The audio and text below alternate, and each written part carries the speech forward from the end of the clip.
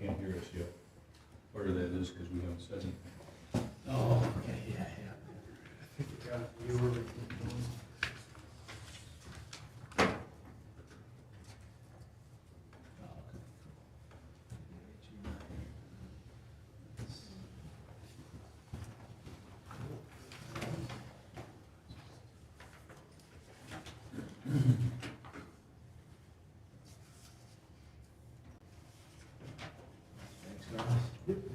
All right, it's 7 o'clock. We'll go ahead and call the meeting to order.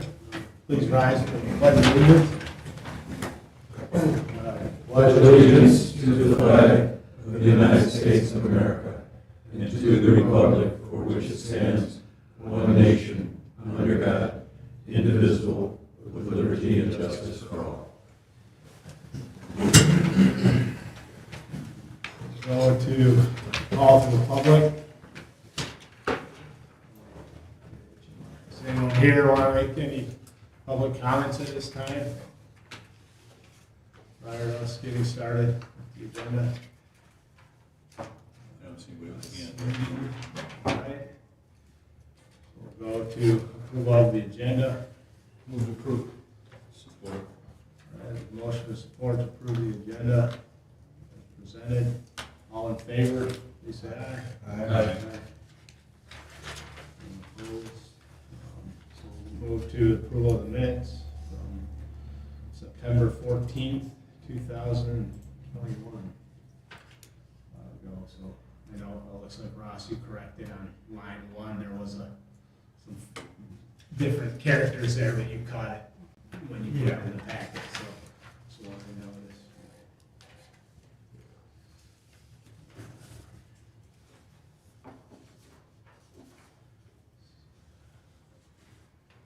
Let me know on page 1. I'll go slowly through if you guys see anything.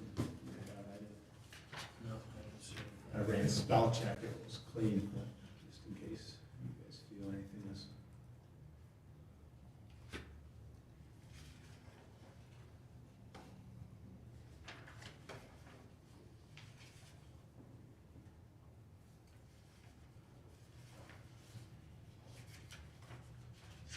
The Drosher item was tabled in this meeting, and then we went to Bell Royal. Public hearing.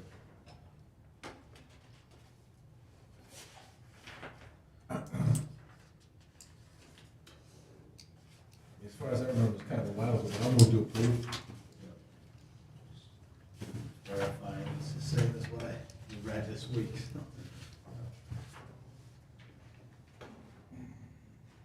No support. All right, there's been a motion, support to approve the minutes as presented. Any comments or items that anyone has before we vote on the motion? All right, all in favor of approving the September 14th, 2020 minutes as presented, please say aye. Aye. Any opposed? None. Minutes are approved as presented.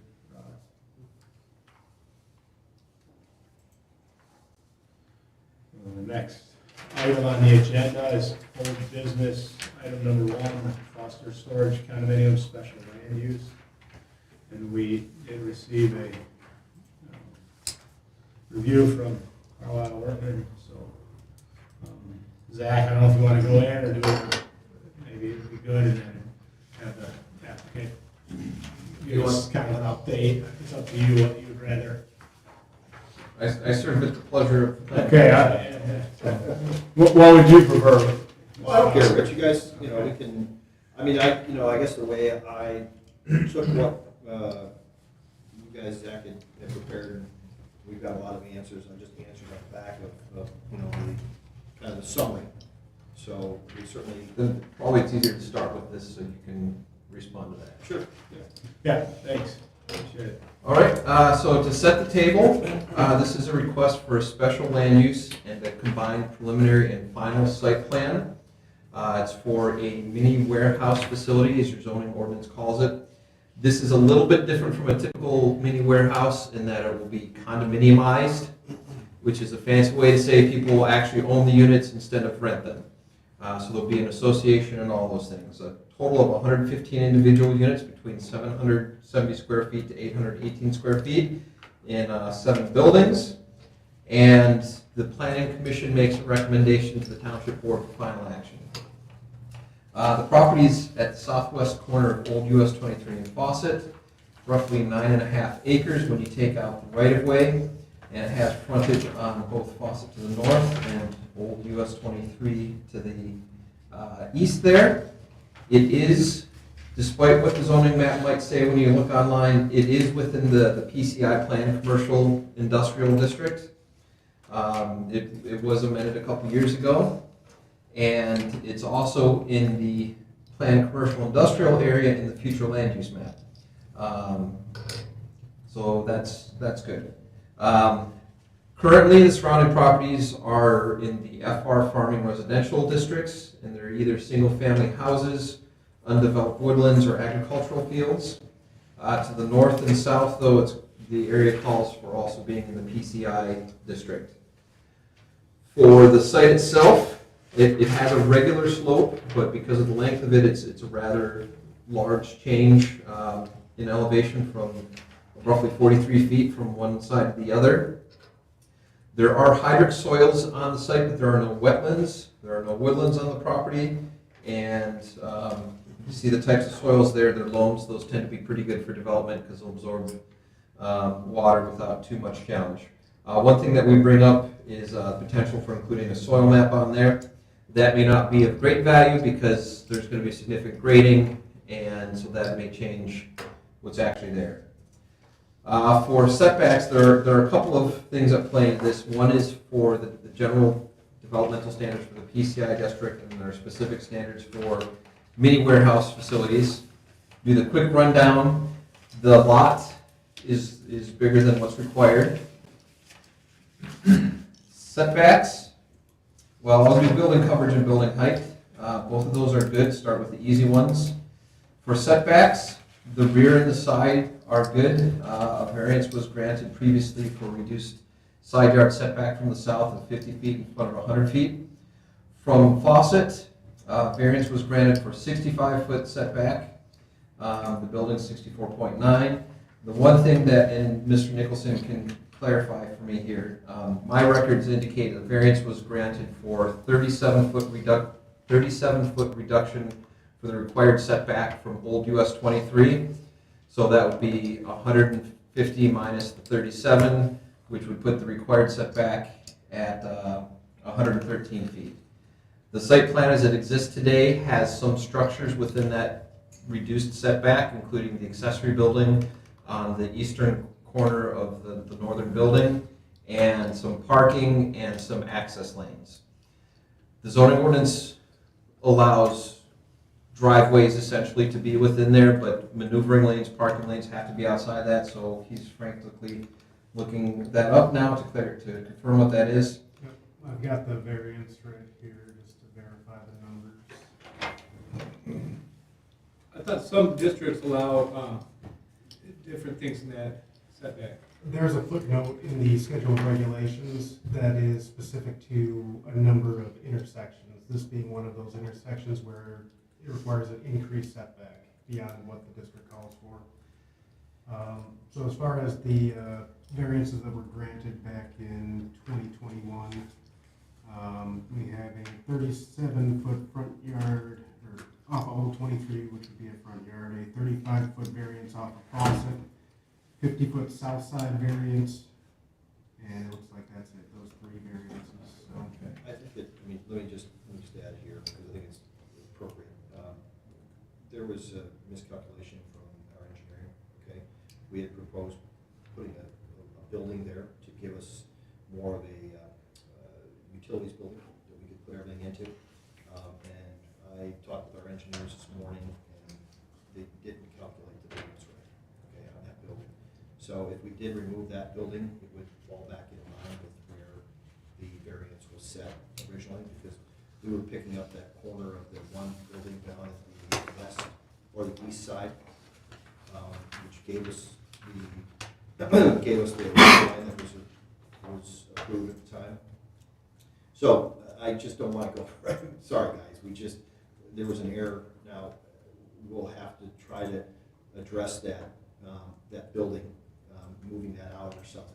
We just wanted to have a utilities building that we could bring everything into, be it the water, be it, so if we had water softeners in there, we needed, the association needed anything, that would be the building. And they just missed the calculation on that, so.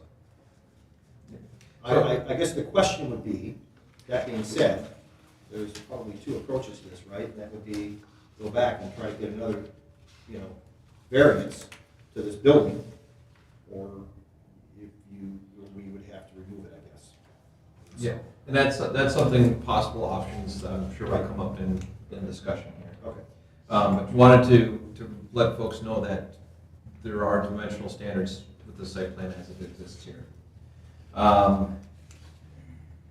So items to be addressed for setbacks is we discussed the developmental standards that will have to be adjusted to receive variances. We do recommend a note referencing those variances be included in the site plan so folks in the future looking at it know how it got to be where it was.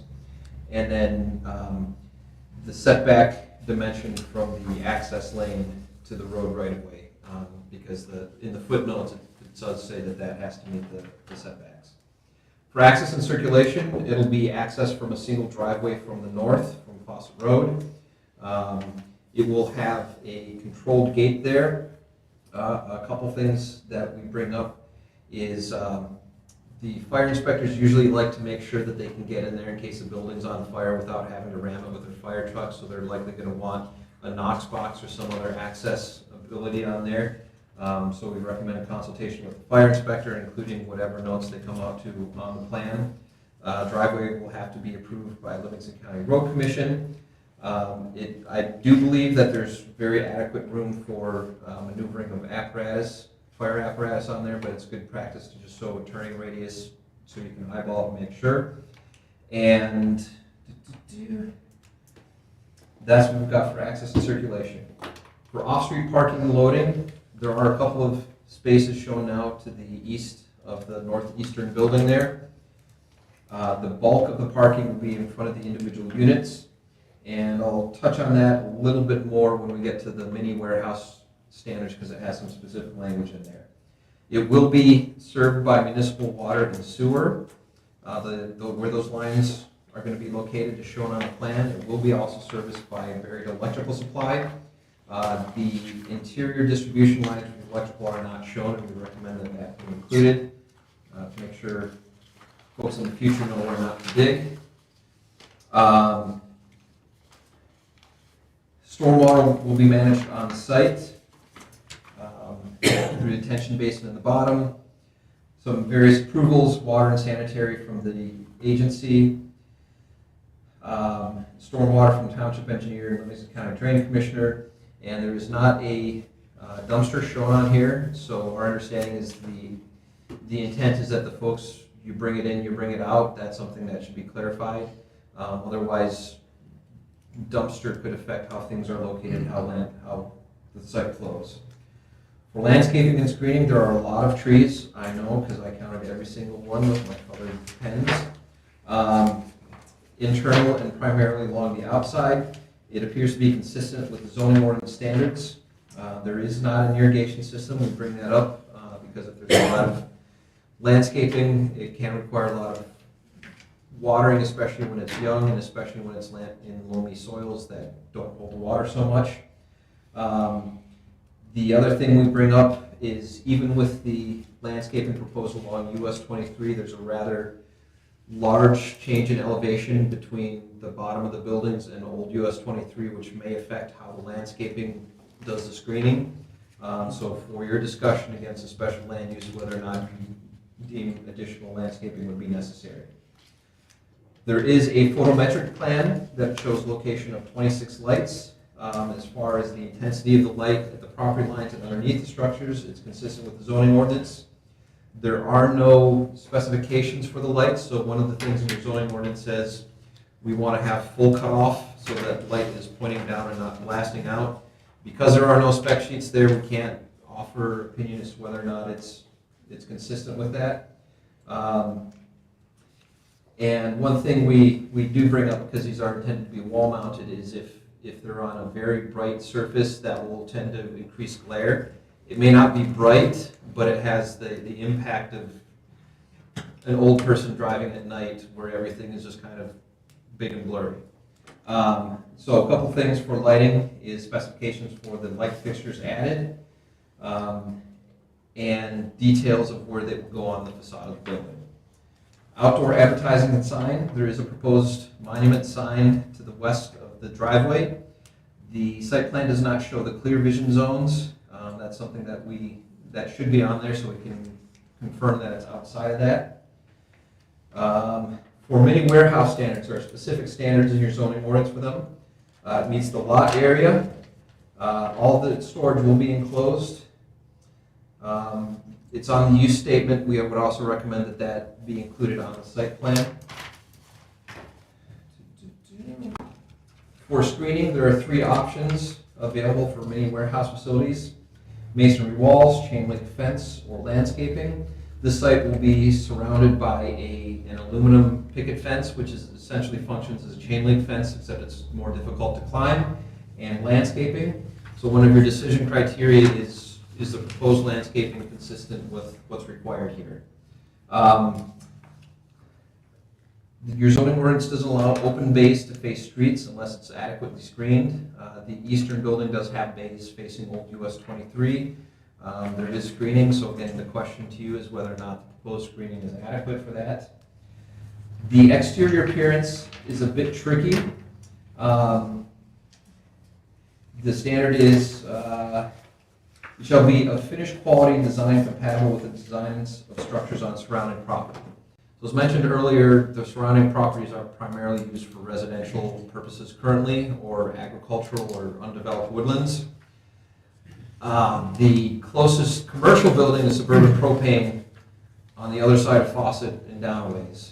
And that has different architecture. It's got the masonry bond at the top, it's got a flat roof, it's got glass.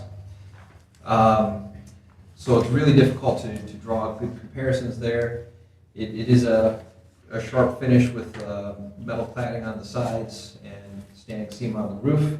We do offer a couple of options for perhaps reducing the impact of the building, having masonry band across the bottom or change of color for the materials.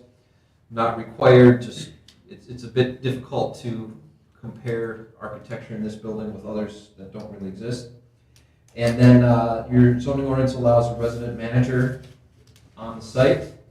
Our understanding is there is not intent to do that, but it would be good to just clarify that there will not be a resident manager on here. So Ross doesn't roll up one day and find a guy sleeping on a cot. The next one is the driveways.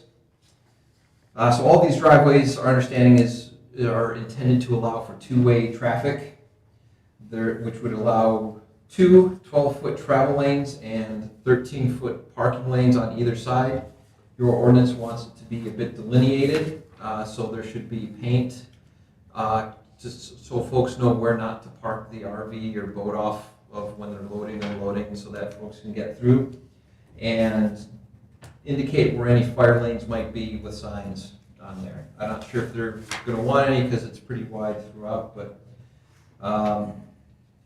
for the decision criteria, most of the information is included. We touched on a couple things that weren't. Some other things that are included are information for all the surrounding properties within 500 feet, dimensions for all the improvements, the lighting, limits of the disturbed area. For things that this body does not think are necessary for its review, you can grant waivers for them. If it's something that you think is important, you should direct the applicant to provide them. For site plans, your criteria are in 23.03. So as mentioned here, it's difficult to determine full compliance because there's information that's not included, like the lighting and the clear vision zone for the sign. And because it is a building condominium, those plans should be incorporated into the site plan as part of the entire document. They exist, just they're kind of on a separate attachment right now. It is a condominium. Most of the standards in the condominium review are directed towards site condominiums. But there some language that you want to have in your master deed. We don't have those, so it's not possible to determine whether or not the information is in there. For special land use review, the things that you look at are whether or not it's consistent with the goals, objectives, and future land use map. The proposed use is consistent with what the future land use map calls for and the current direction for the area. For the zoning district, again, mini warehouse facility is a special land use in that zoning district. Neighborhood compatibility, and again, this is a bit tricky. It's the first property in that area that calls for being PCI to be developed. So it will be a substantial change from what's there presently, but it's consistent with the intent for the character of the area. Whether or not it will impact the natural environment, again, there will be significant grading to get the flat area, but if the stormwater management system is appropriate, that's the biggest concern. A couple other notes we have on there is including language limiting or rather prohibiting the storage of hazardous materials and including washing vehicles out on the platform because it'll go into the stormwater, it'll go out of the bay, and whatever gunk they have on there will go into the water table. We believe it will be adequately served by public services.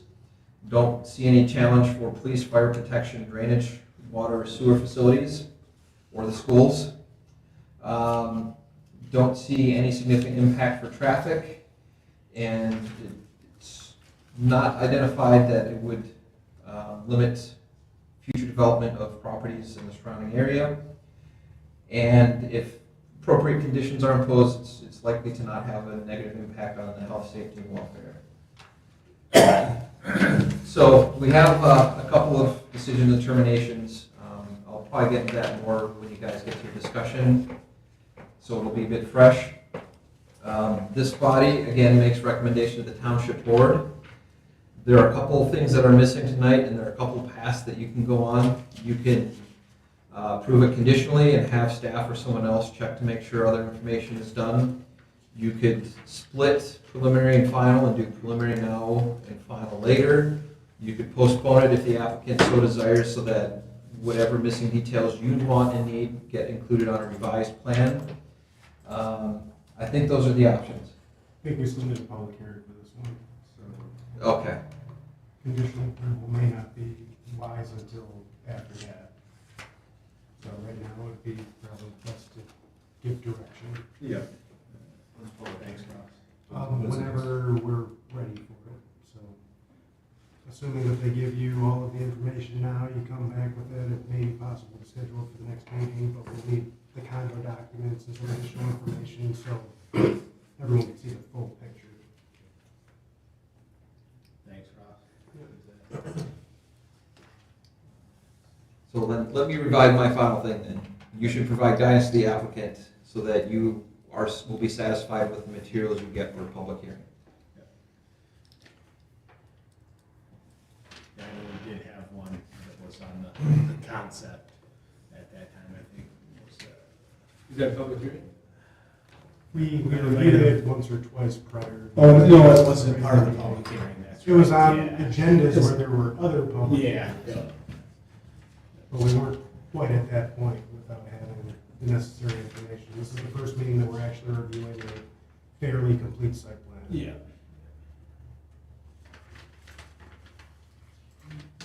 So.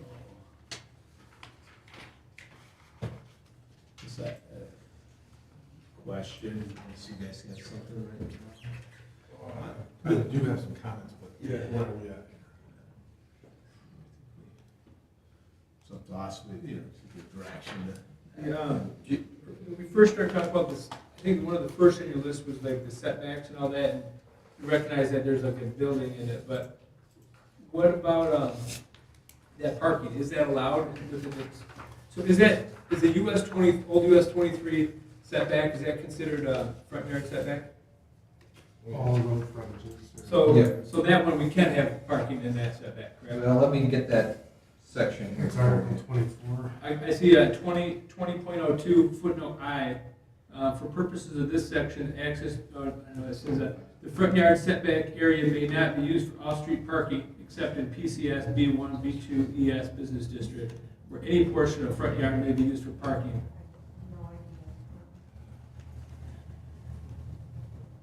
So I think the parking's fine, but I think the building is. My comment would be, could you just eliminate one of the units in that building and just push everything over to the west?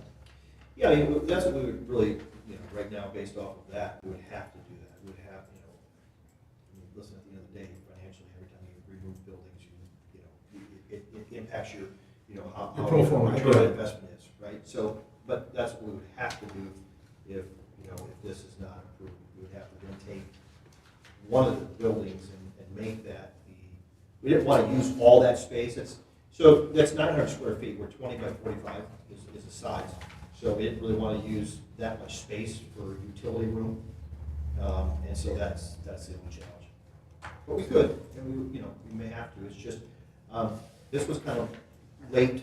Literally, I had called him this morning, so, and we were going through everything, and it was just like, this, is not falling in line with what the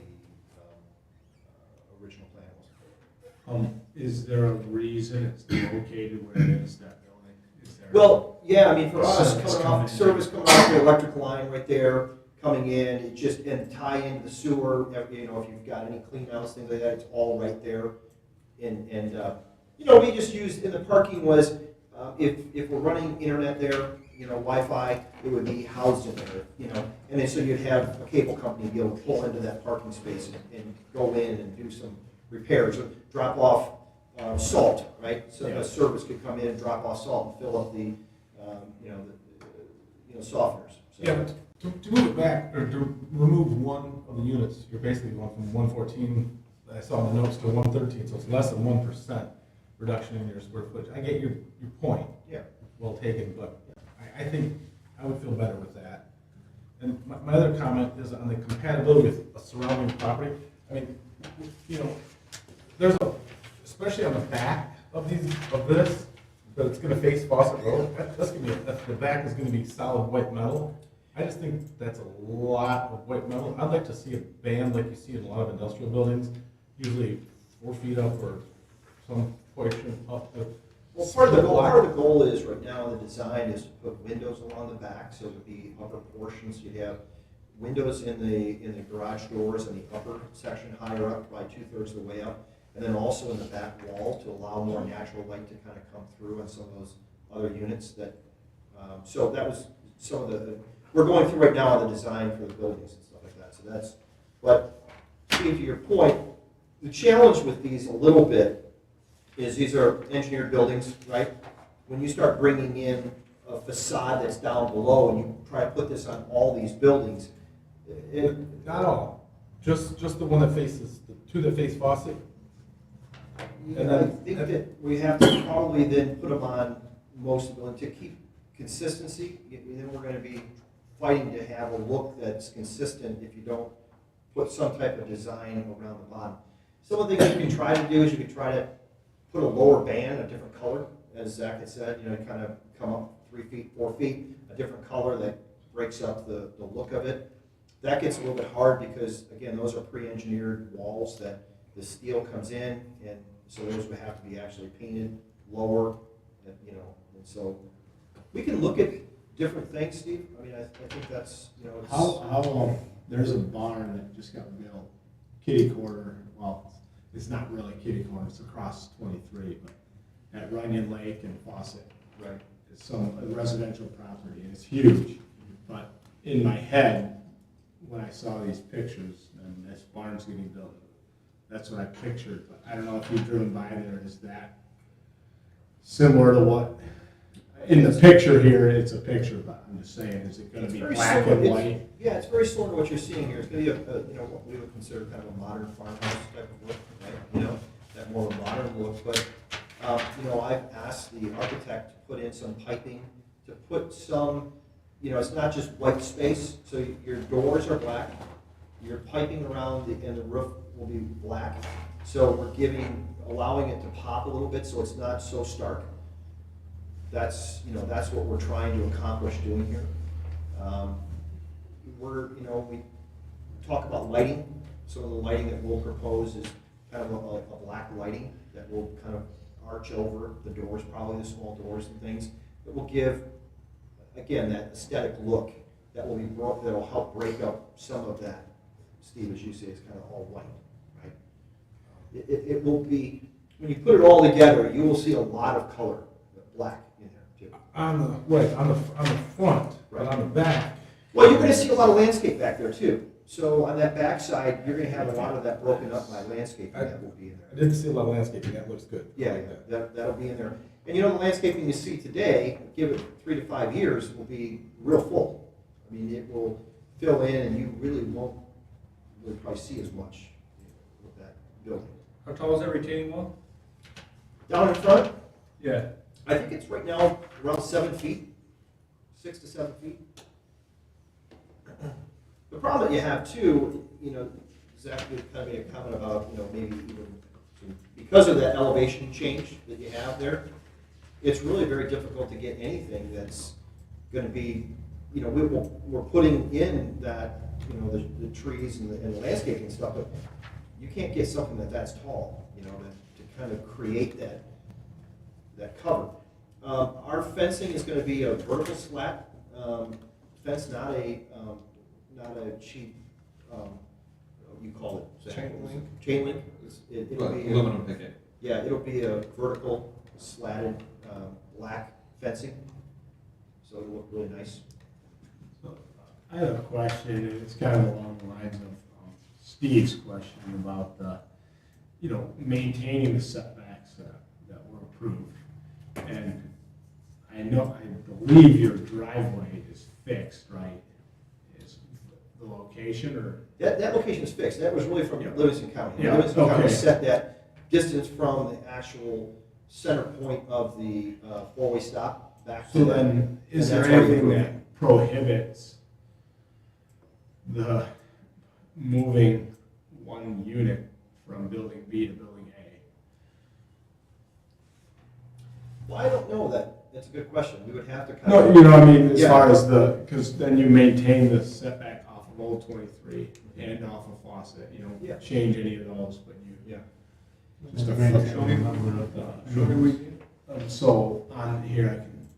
Yeah, I don't know on the back northwest corner if we'd be able to, because that's, It's right against the setback. it's Yeah, right at the there is- setback. So it's close there, so it would change, okay. Yeah, and you only have 10 feet there at the drive, so you don't, there's nothing that we can. So really maybe kind of not, add in. not option. The most likely possibility for adding is building J at the bottom. And that, because of, you know, pitch, that 115, I'm not sure we'd be able to pick up another 116 down there, to move it over there.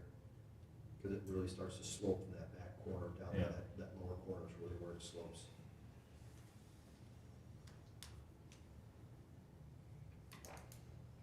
Hey, John, where's that? I'm trying to find this retaining wall at 7 feet. It's in the southeast corner there. It's on C200, 125 length feet of retaining wall, showed on C600. So C600, I do see on that the detail it's showing a cut wall, but really it's a fill wall, right? What's that? Like, just a detail, it's You got John, John. probably generic detail, I guess, but it's showing that it's a cut wall where, but really it's a fill wall, right? Yeah, it's a fill wall. Okay. We'll fill into it just to bring I just saying that the detail was showing like the cut section, grade down into it. yeah. Okay, I see it. Thanks. Height varies, C300. I mean, I can tell you, we have fought tooth and nail with this piece of property. It's a big drop. We gotta move some dirt. We gotta, get this thing to do what it's gonna do, and so.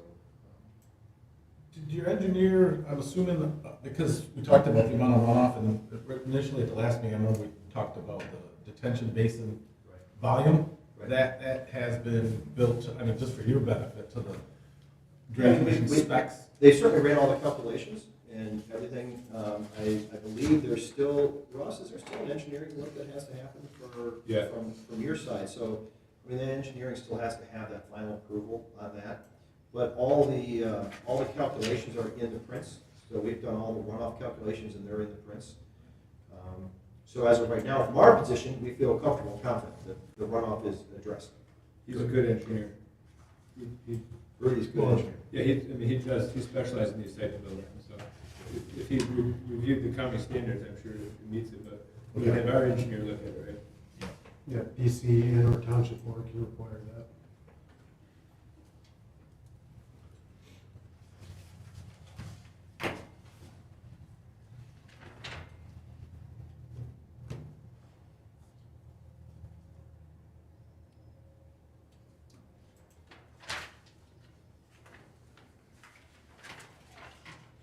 Only other item, it's kind of not site plan related, but,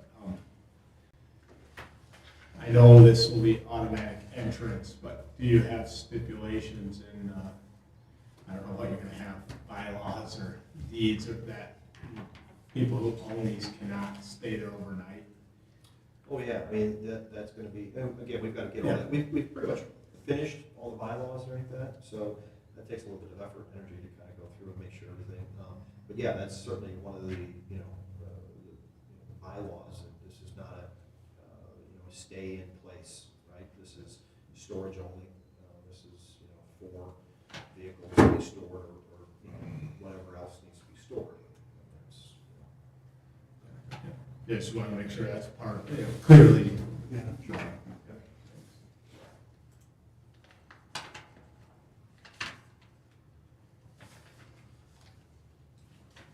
So there's just like, for the utilities, there's like one, in that utility building, there's like a well or what?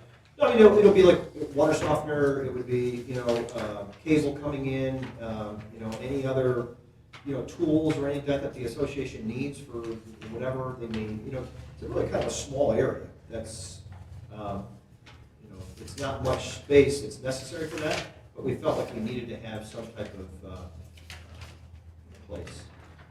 So, but for the water supply, you just, We're, by the way, we're well, here, Zach, I know you got to see, Okay. but we are well, You are well. Okay. yeah, we are well, yeah. I wonder if there's water. So that's why we've got it, obviously we've got to put it all in.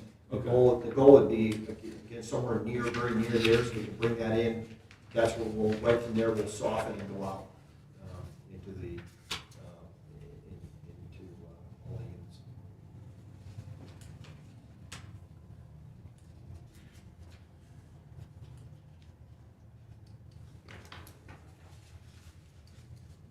Basically, once you're at a point with the site plan where you feel comfortable, we can send that to agencies such as Trade Commissioner's Office, Health Department, to review those specific details and verify that they're gonna be okay with them. the road commission, or There was an initial road commissioner review for the driveway, right? the driveway approach, for commercial But they'll approach. give you one for the, This one, we probably wanna have another one. well, yeah, the utility crossing, the rest from drilling into the road, I mean, they're pretty standard practice, but they Yeah. want to look at it. Yeah, that's one thing I think we would like to see, and I think it was mentioned in Zach's review of his correspondence, or that the fire chief looked at it and signed off. Yeah, but there's some things we still gotta get, Yeah, no, understood, I just saw you were clear of what we're. So one of the things, we talked a little, Zach talked a little bit about entrance in, so that's, we want to make sure we get with the fire department to talk about what what they would prefer, right? So we don't go ahead and make our determination of how we're gonna electronically authorize somebody through. So they'll give their feedback to us and say, this is how we prefer it, so we'll try to integrate that into what they're doing, what they'd like to see.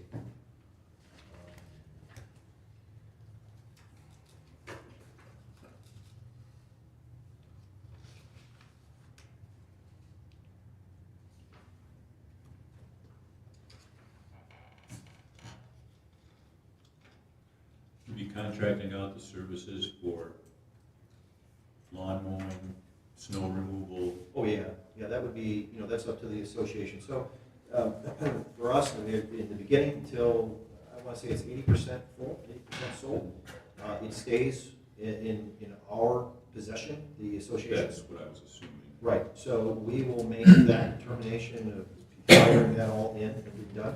And then it turns over to the association for their input, and they take over from there, once it gets to the stage. Do we have on the landscaping issue, do we have a clause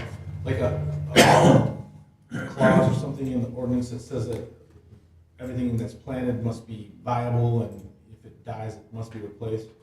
Landscaping gives the planning commission a lot of discretion, so you could require that, but you'd want to specify that so that it can be added to the site plan and the condo documents.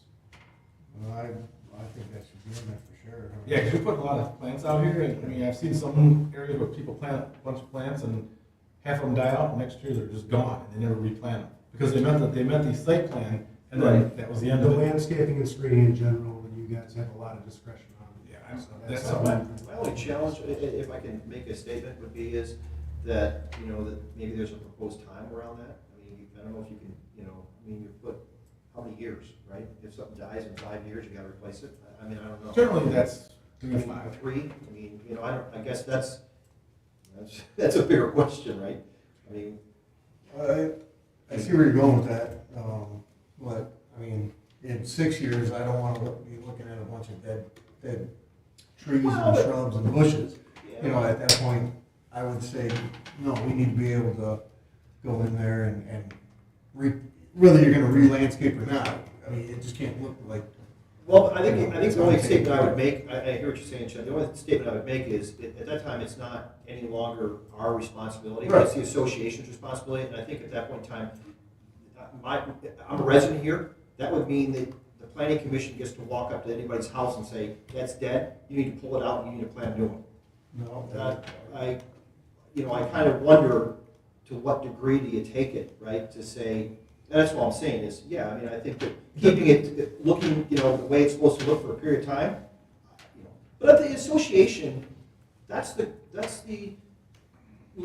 responsibility, right? To have a place that is, beautiful, it looks great, they pull in, and it's where they want to be, so that's their responsibility, right? Just like a homeowner is. I would agree with you on most of that, but this is commercial. It's right along 23. Sure. And it is an entrance into our township. So Right. it's in our best interest to make sure that, if we put arborvitae in here, that all 20 of them that are planted there last more than a year and a half. Yeah. Well, and Kurt, to your point, I mean, what is that limit, right? What's that Yeah. time? I mean, it's, Yeah. you can try to sculpt that and say, hey, we gotta, for a period of time, we gotta keep these things alive. Yeah. Right? I get that. We're trying to work with you and make Oh, this I happen. get it. See, I'm And just- I'm just trying also to, this is like, to Kurt's point, this is something that people are definitely gonna see in the township, it's not tucked away. Yeah. It's a And, fun hey, one. listen, I live here too, Steve, and I don't want it to look, trust me, if you I go by saw my it on house, Carmel. I saw it. you go by my house, that's what I'm gonna have, that's what this property look like. So, and that's how I live my life. To answer your question, landscaping required by this ordinance shall be maintained in a healthy, neat, and orderly appearance, free from refuse and debris.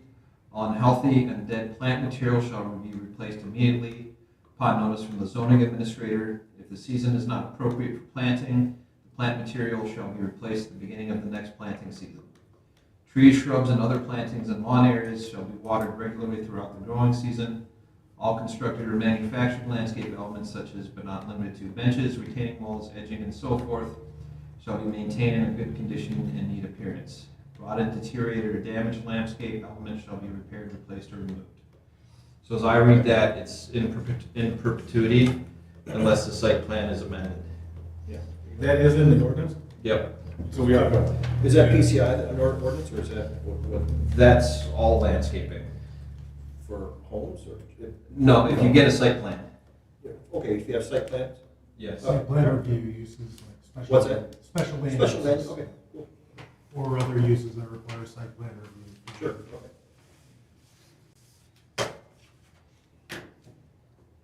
So I guess that answers it.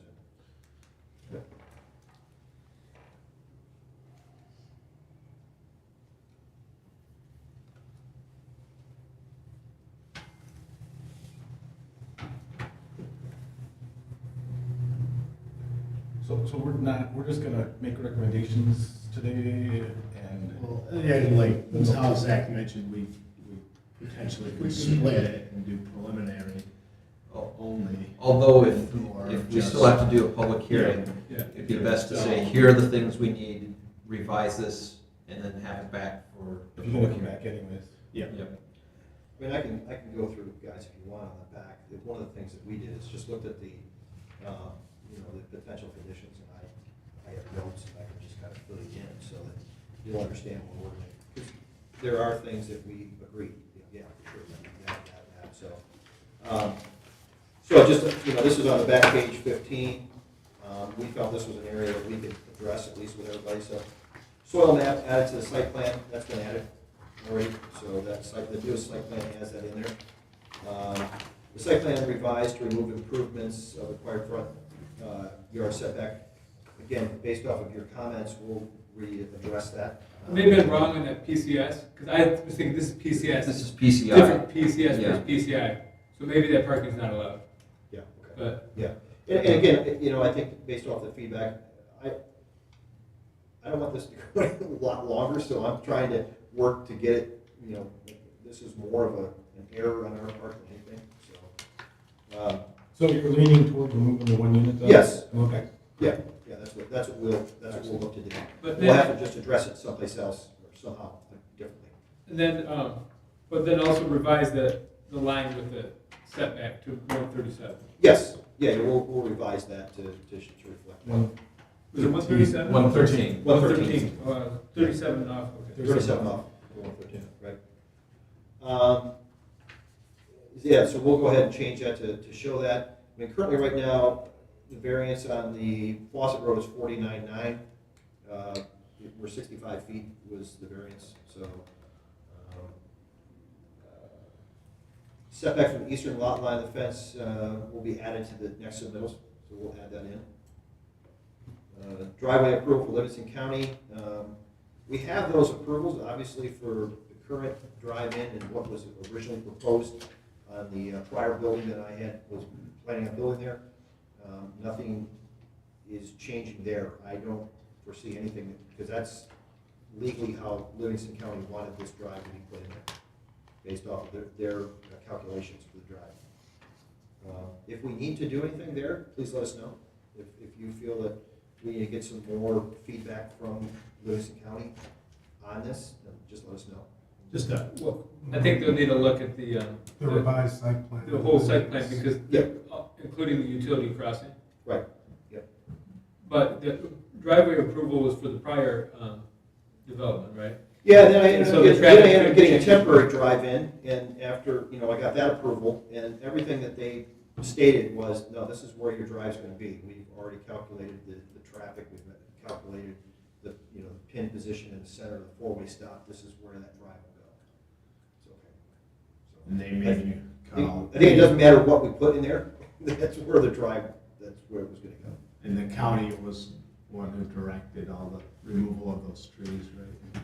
think- I had them taken down, but the county told me I had to have line of sight. Oh. Could not have any of those trees there, because when you pull out, you have to be able to look up the hill, and the hill has to be able to see you coming out. And that still needs to get cleaned up. Yeah, So all yeah, that, that's how I remembered something about that, so, yeah. yeah. I know people weren't happy with that, but it wasn't something that I was happy with either. I would have liked to seen some big trees at the center of the drive, or the drive, because it split the drive real nice, but they said no. I had a question for you too in regards to the gate Yes, and the amount of space or the footage between the gate and where you turn in. So somebody pulling a large boat or a trailer, are they gonna be stuck in the road there while the gate is opening? well, Or is- currently right now, you've got about 65 feet to the road.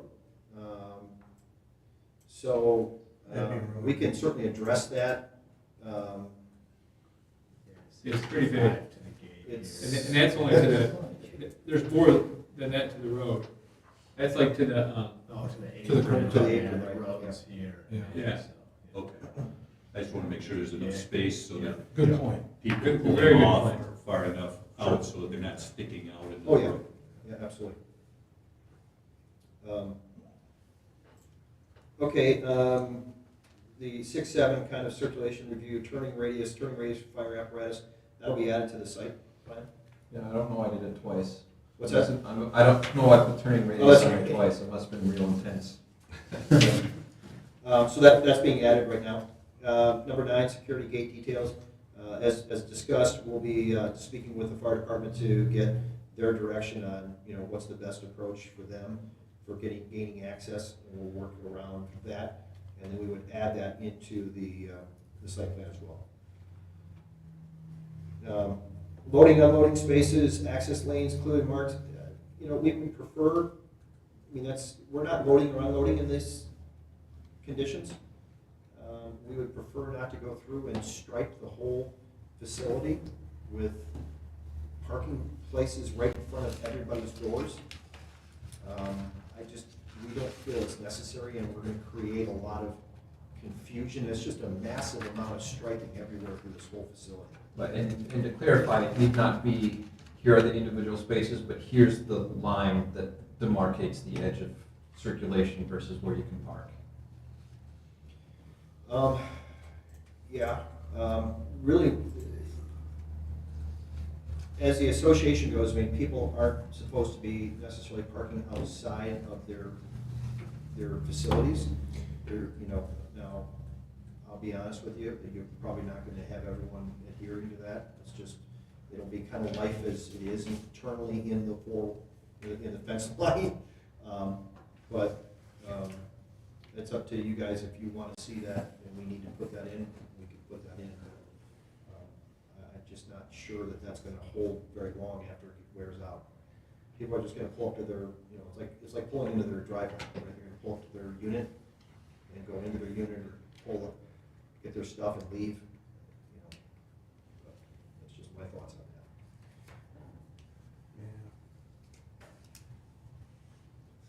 that. This isn't like a self-storage, so you're not really gonna have people coming in, rooting around for a box of something and leaving. It sounds like this is gonna be a higher end storage for somebody who has an RV or a boat or a classic car or something. It's kind of like pulling up into your driveway in a way, right? Your main door is here, and your man door is right next to it. So your 20 feet is your 20 feet of essentially your space, right? So if you mark all that, or Can the owners heat them? yeah, this will be heated. Yeah, so you don't have to go ahead and winterize the things that you don't want to have winterized. Okay, but the buildings, will they be insulated then, or? Yes. Yeah. Okay, so that's coming as part of the ownership. Yes.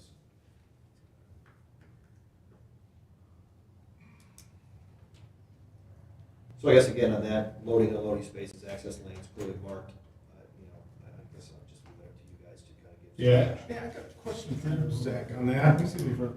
But since this is kind of like the owners it's all on site, it's not like it's a public thing that people from off the road are just gonna drive in there. Yeah, I don't have a problem with Yeah, that. I don't so have a problem. here's the text from the zoning ordinance. This is for the mini warehouse, 7C. The loading, unloading lanes may be eliminated if the driveway does not serve storage units, so like driveways or whatever.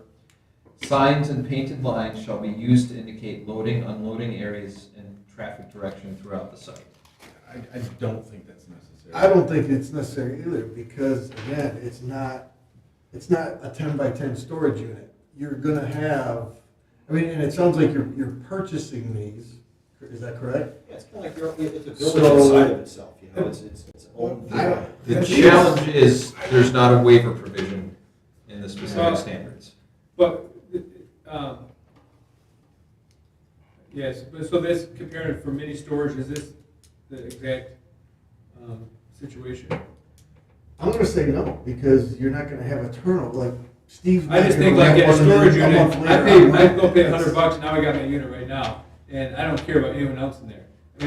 What if we put in their bylaws that you could only park, you can only park in front of your unit? You can put that in there, but people are, they're gonna park where they want.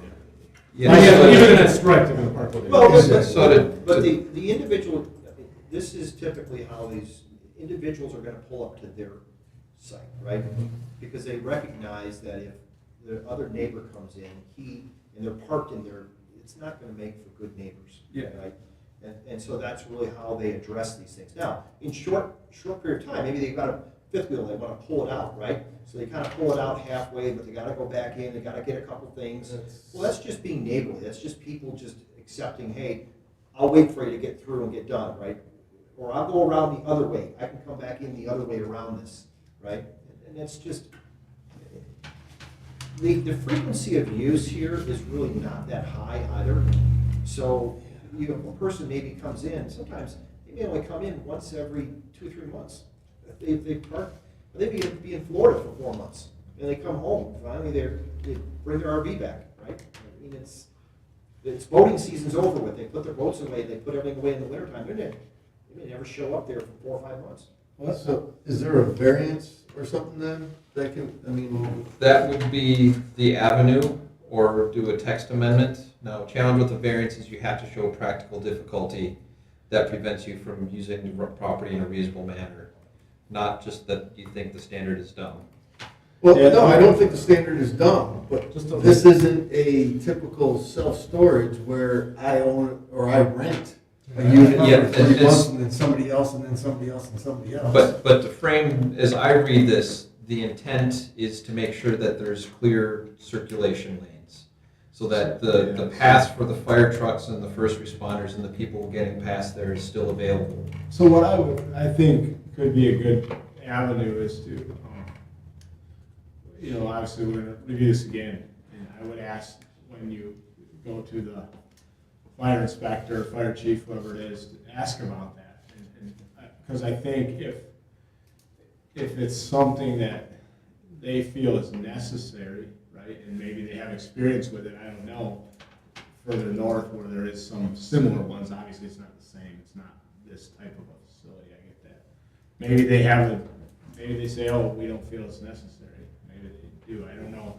Just a thought, it doesn't change what our ordinance is, like Zach's saying. but- Zach, what is that section of the ordinance? 22.05 M7C. Zach, you said there was 2 ways around that? One was Variance the variance, and the other one Or to change the text of the ordinance. How does that occur? Well, either the township or an applicant can say, change the text, and if you decide to do it, So that would amend it for everything. yep. Can we add text? No, because you have to be careful. We have to, at the time the application is submitted, we have to Okay. review it based upon the ordinance at that I time. gotcha. Right, we can't. So Zach is a good point that we need to do it based upon our ordinance, but. Can I just, maybe try to jump in and just say that, so if we really don't have loading and unloading here, right, this is not a business where there's unloading, loading areas, right, so that doesn't really apply, is maybe that, one of the ways we can look at it, it's not applicable to this. But if you said the access lanes, right, if we went through, because I don't know if there's kind of an outline ordinance that says every 20 feet you have to have an arrow, right? Maybe to make things easier on everybody, we just say, we'll mark some arrows as they go around the property, right? I mean, it's a drive function. I see. Does that make sense? Would that work, Zach? If you just had arrows, Just to kind of shows the drive. people know that there's not one-way travel on any of those, between any of those buildings? And we have 50-foot lanes, so in between there, we can actually create, you can go to one side and create this way and one arrow going that way. So if you want to jump in this way and go around that way, or you want to go around the outside. Question for you, Zach, is this more of to make sure fire lanes are clear and open? 'Cause Yeah, so 50 feet sounds like a lot, but remember, a typical parking space is 18 to 20 feet deep. If If you've got a Ford F-150, that's 23 or 24 feet. Right, So if someone perpendicular parks in front of their unit, right, now you got 7 feet between then two there's, trucks parked. I got it. yeah. And so that's how I read this, is that the intent is to make sure that whatever's happening, people are parking, running in quickly or long-term, that there's still opportunity for first responders to get through and for folks to just drive through to get to their spot. And most people parallel park in front of the doors because it allows like that space again. So they'll come in and they're kind of parallel parked in front of their door. And they're taking up 7 feet, 6, 7 feet. They're not taking up the depth of the vehicle. Right. So they kind of get parallel parked right there. Yeah, Zach, what about that, deviations? What is it, how does that come into play? Was that just for that one item? Which deviations? Oh, it's for public and private recreation facilities. So there's no deviations under Yeah. anywhere else. Well, now, wait a second, because sounds more like it's not gonna be open to the public, it's gonna be private. You're buying that unit, you're not renting it.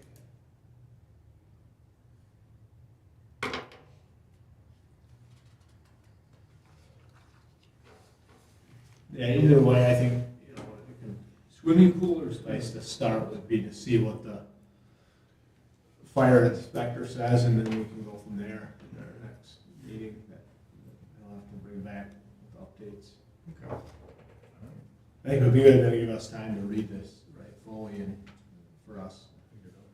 Well, a good parallel for this is to go out either down to Howell or Flint to the airport, look at the hangars and how those. Yeah, are- I'm Those a are- member of a club there. I just pulled that up. And there's all kinds of markings everywhere. But they also have a parking lot. Yeah. It's different because people park airplanes in the hangar and you park your car in the parking lot. But, and it's also marked that way too because there's markings where you can taxi your airplane. And that's where you can't have anything, you know, because it's, and also, yeah, when you, or like if you're moving your airplane by hand, you want to follow those lines so you can make sure your wings don't hit another hangar. So I'll go ahead, we'll address it with, you know, I'm not sure if the fire department's gonna be the entity or not, but we'll address it certainly with the fire department to see if they have a statement that they, you know, make, I guess. So besides the, like, is there gonna be designated parking spots? Like, say your buddy wants to come over and help you work on your car, where does he park? Well, I mean, you know, that's a challenge, right? So people are gonna have to understand they're gonna have to manage that. That's how they'll manage it, is they'll parallel park there, or they'll bring a vehicle or two inside the garage when they're working on it. You know, being 45 feet deep, it does give you a lot of space in there, to do those types of things, so.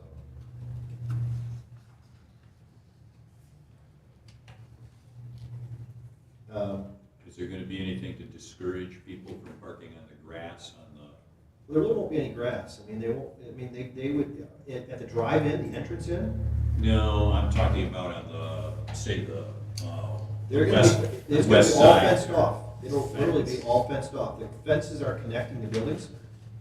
Yeah, that So slope you're is not like gonna a- be able to get out to any of the grass. That slope is gonna be quite a bit of a cut slope on the How big of a backside. slope is, how big of a slope is that? It looks like it's, I don't know if you labeled it, but it's quite the slope.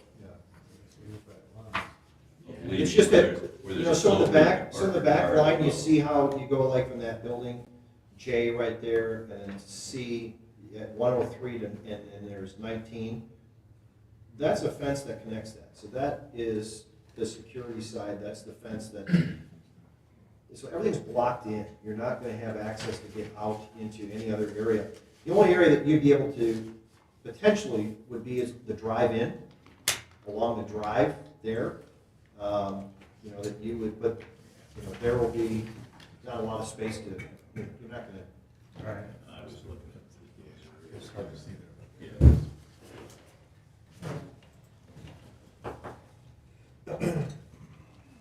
Yeah.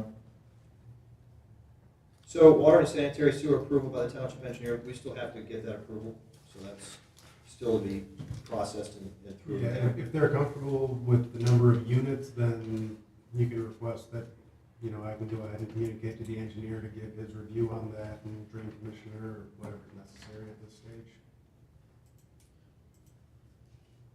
I think that would be good, I don't know how others feel. If you're- How many RUs are available out there? The township board will need to assess the number that will be Okay. necessary.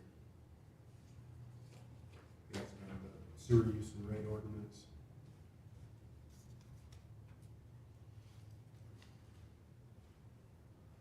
This would be adequate to review at this time, because it's not gonna go up, it's gonna go down. It's tricky to determine what I the don't know. appropriate time is. for Yeah, it, Because it is up to the township board who would review this following a recommendation to determine exactly what the Okay. RUs would be. Yeah. Drain commissioner could do an initial preliminary review if you're comfortable at this stage, but doesn't necessarily matter if the township board requires them to reevaluate after. Okay. Before final approval, these things all need to be reviewed and confirmed by the other agencies. So it's up to you right now. So that, in essence, potentially could be a conditional thing, right? Yeah, that could be a And conditional would make more recommendation. sense, yeah. Certainly in the spirit of getting this moving, it'd be good if we could get that, you know, to get them to look at these things right now based off the site plans to start. Yeah, because besides that one little parking area, there's really not anything that's gonna change like the footprint of this, so like the drainage seems Yeah, pretty final, I mean, I think so. Want me to get on that with I this think- current plan, you think? I think so. You I know, think at it's least- for at minor least- change, it's under 1%, I think we should go for it. Yeah, I think that, So that includes the township engineer and the drain commissioner's office at this stage? I don't know. Are you comfortable, if the applicant's comfortable revising it, if, Yeah, I mean, if anything, it'll just come out Because as a escrow, Escrow, any yeah. additional review. And even if they review it now, and there's a change, they're just gonna probably review that change, it'll be a shorter review. So you're comfortable with initiating? Yeah, I that mean, I through the think we're drain- gonna need to get there, right? Yep. I mean, correct me if I'm wrong, but that's gotta get done. Again, in the spirit of kind of keeping it moving. Appreciate it.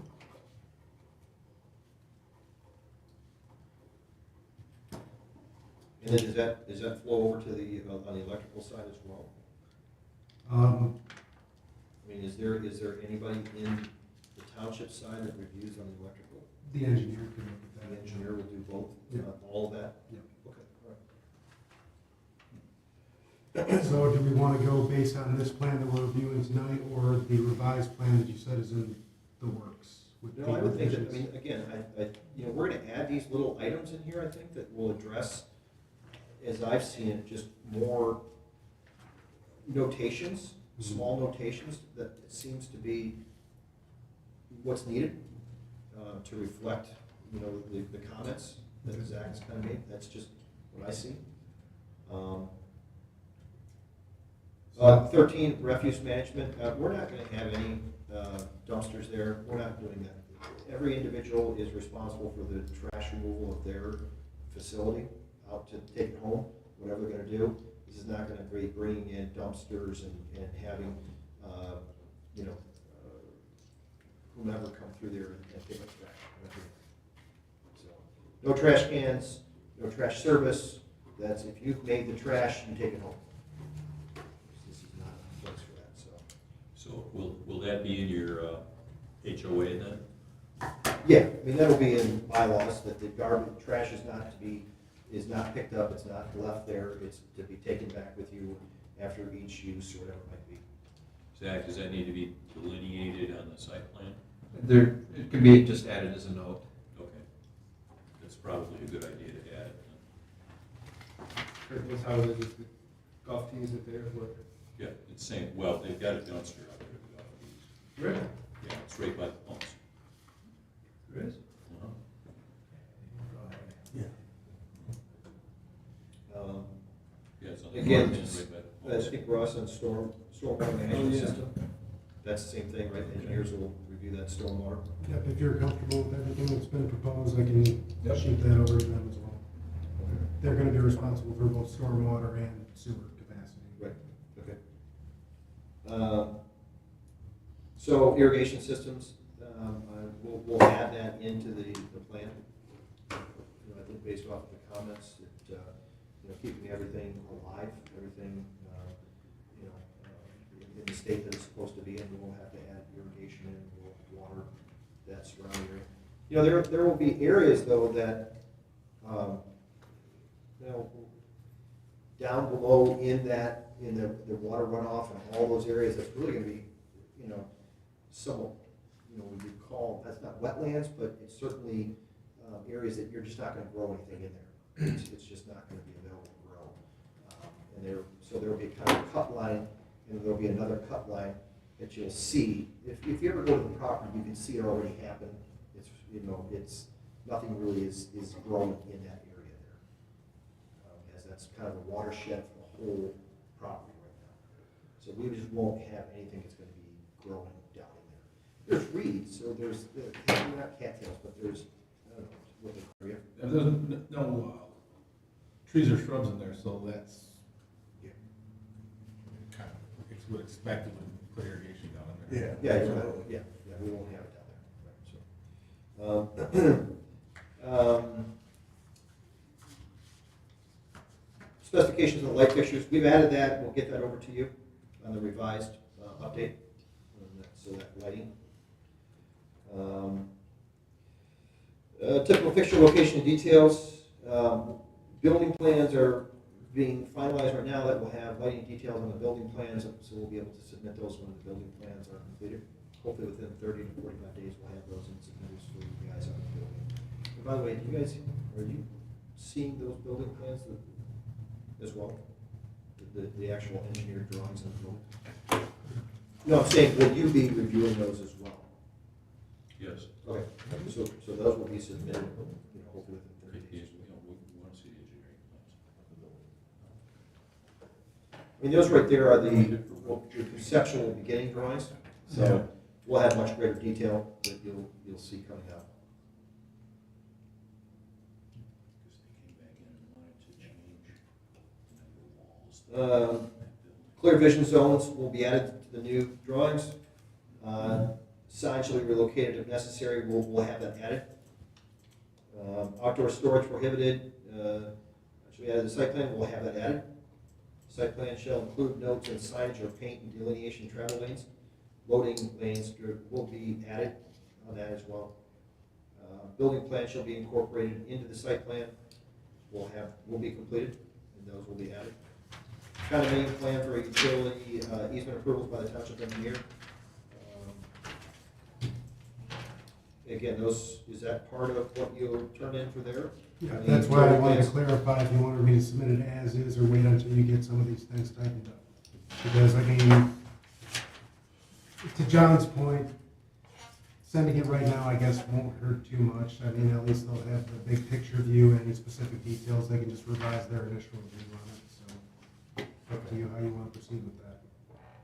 Well, you know, I guess here's how I would look at it. I would, you know, maybe your advice, you know, you're involved in this all the time.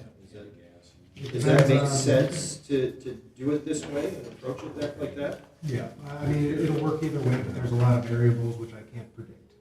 So, I mean, depending on how many changes there are, that's gonna determine how much additional review needs to go into it. If they're just minor tweaks and changes, then it shouldn't be a big deal. So the advantage for you is that folks get a look at it, and if there's something askew, they can alert you to it now.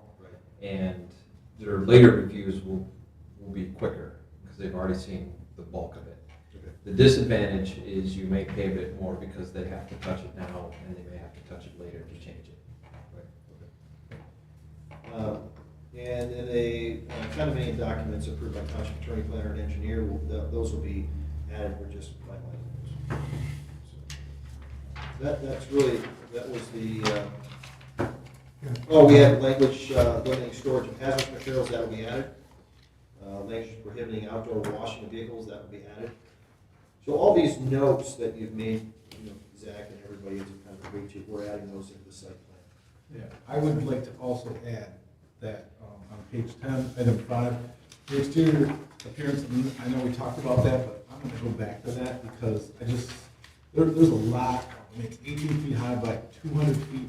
There's one of the metal walls facing the north, and then the other one is, in this plan, 160, maybe we'll go to 140, but it's still 18 feet high. I would like to see a very typical of what they've done around that area is, 42 or 48 inch, I'm not sure exactly would know that, but some type of a split block on that of a different color, maybe a gray, but I would like to also see that be not painted, but have the color in the block. I know it's a little bit expensive up front, because I've done commercial construction, but believe me, the paint cost down the road, the way it looks, it's way further Well, ahead. I guess the question would be then, Steve, I mean, and that is,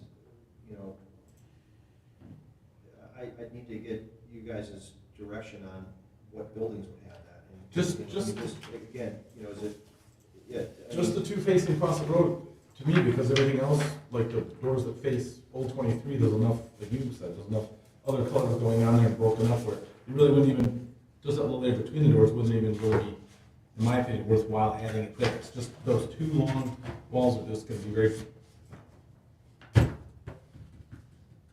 there's just a lot of metal in that. And in my opinion, only those two walls that face the north. Does the 18-foot, 200-foot wall seem less intrusive or shocking if it does have windows in it? Yes. I think so. So that may be something to consider is. Well, that was what we were planning on trying to do, is integrate some I mean, of that that's natural just, light. into I guess that's my personal thing, but when I read, and you brought it up, the surrounding buildings. Yeah, that's why I said there is one that's That's how my house is. quarter mile away, that's Yeah. all white and black. That goes to the They just architectural built it. standards for PCI, which does require that it is compatible with PCI type design standards, so that is something that you have discretion on. Yeah, and it's tough because you have, if you go across Fawcett Road. Are these next thing metal is- sided But buildings? that, across Fawcett, It's right? just I know, but you gotta. But you're right, no, yeah, you're right, Steve, there is, definitely. Are these metal sided or, yeah? I mean, It's basically a panel. with a- yeah, well, Both side, right? that's what I got on my house is a metal sided, and it's really not that hard or that much cost to have the two different colors. Or do a different color. That's, yeah, Well, that's, okay, so what I'm hearing, if I can kind of sum this up, is look, let's try to integrate some type of breakup in the back, right? So whatever that looks like to kind of break that wall is what I'm hearing you guys say. So, we need to kind of look at it from an architectural standpoint and see if it, if it's the windows, piped out in all black to make it look really nice along the back, because it's now breaking up that height. If it's two-tone, that's around the. Do you already have a rendering like this of the other side of the building, or no? Not yet, I mean, that's getting done right now, that would be what we would be able to support next, but, it sounds like just something to bring a little bit of, breakup to that backside. We'll work to put. I wouldn't think that if you added to the point of just metal on the bottom being a different color, with some type of a drip edge between the two pieces, I mean, that Z channel, I see that all the time, and just a different color, it's a little more work, but it's not gonna add a huge amount of cost, I just really think that would look a lot better. I think it would really split that up, that's my biggest concern, is just something that's that big and that's that long. it does make a difference, because when I had my house built, I did that. It's two different colors and it's metal sided, and it looks way better than just all one color. That's all I have. I don't want to beat a dog to death here, but let me ask you one question on the hazardous materials. Would you be considering gasoline and oil and things like that as hazardous materials that couldn't be stowed in any of those? Well, I don't think that, on my first blush would say that's not hazardous material, and I think that, most people operate their facilities like they do their home garage, right? Yeah. That's how I would view things. So if, you probably don't really even have, because you're not running a lawnmower, you're not running a snow blower, you're not running things like that, you're probably not really storing gasoline in these units. Well, Because what are you going to? okay, but if I park a car in there, I've got a tank of gas. Well, that's exactly right, I mean, I'm saying more in a, I thought you were more asking towards, is it a jug? Yeah, of gas- if I've got a 5-gallon jug of gasoline sitting there, but I don't know why anyone would do that. Well, let's put it this way. You have if you've got a pontoon boat and you've got a gas tank that's a portable gas tank with it, I mean, it's the same issue, isn't it? Yeah. Yeah, and I think. But I don't see it as being hazardous, I guess. I guess I was asking if you're going to define it for someone, like you can't have a 50-gallon drum of bromine in there, but, a 15-gallon gas tank is probably not hazardous material unless there's a fire, then it is hazardous material. Yeah, I guess I'm concerned about getting into language that defines what is hazardous and what's not hazardous and what you can and can't do. I'll leave that to the homeowners association, but I mean, Yeah. somebody can define it any way they want to, and when there's a fire, then it's gonna get defined for you. Yeah, so some places will have specific language that says no hazardous materials, explosive or flammable materials. That's very broad, and I can find a lot of holes to poke in there. The way I've typically applied it is it something that someone will have at their house. And so people are gonna have cleaners that are hazardous and dangerous if you have it the same and similar quantities there. But if you've got a 50-gallon barrel of diesel fuel because you're hoarding it or whatever, that's a bit different than having a 5-gallon yellow tank of diesel fuel. Mm-hmm. That's how I would interpret it if asked. But it's a discussion a lot of places have. Yeah, just for point of clarification. But I think that those were the statements that at least that I wanted to add, that we're adding all these, we went through this, your notes, we'll add in majority of everything that you asked for back, or into the site plans, and then resubmit. Zach, will we need a copy of their proposed homeowners agreement? Yeah. And this is a bit peculiar because it is a condominium, so that triggers a lot of unusual things you wouldn't normally expect if this were just a rental place. But it'll be much simpler. It should be much simpler than a typical site condo document, but there are certain things that have to be in there about how they're going to do maintenance and how certain things work. 40 or 50 pages.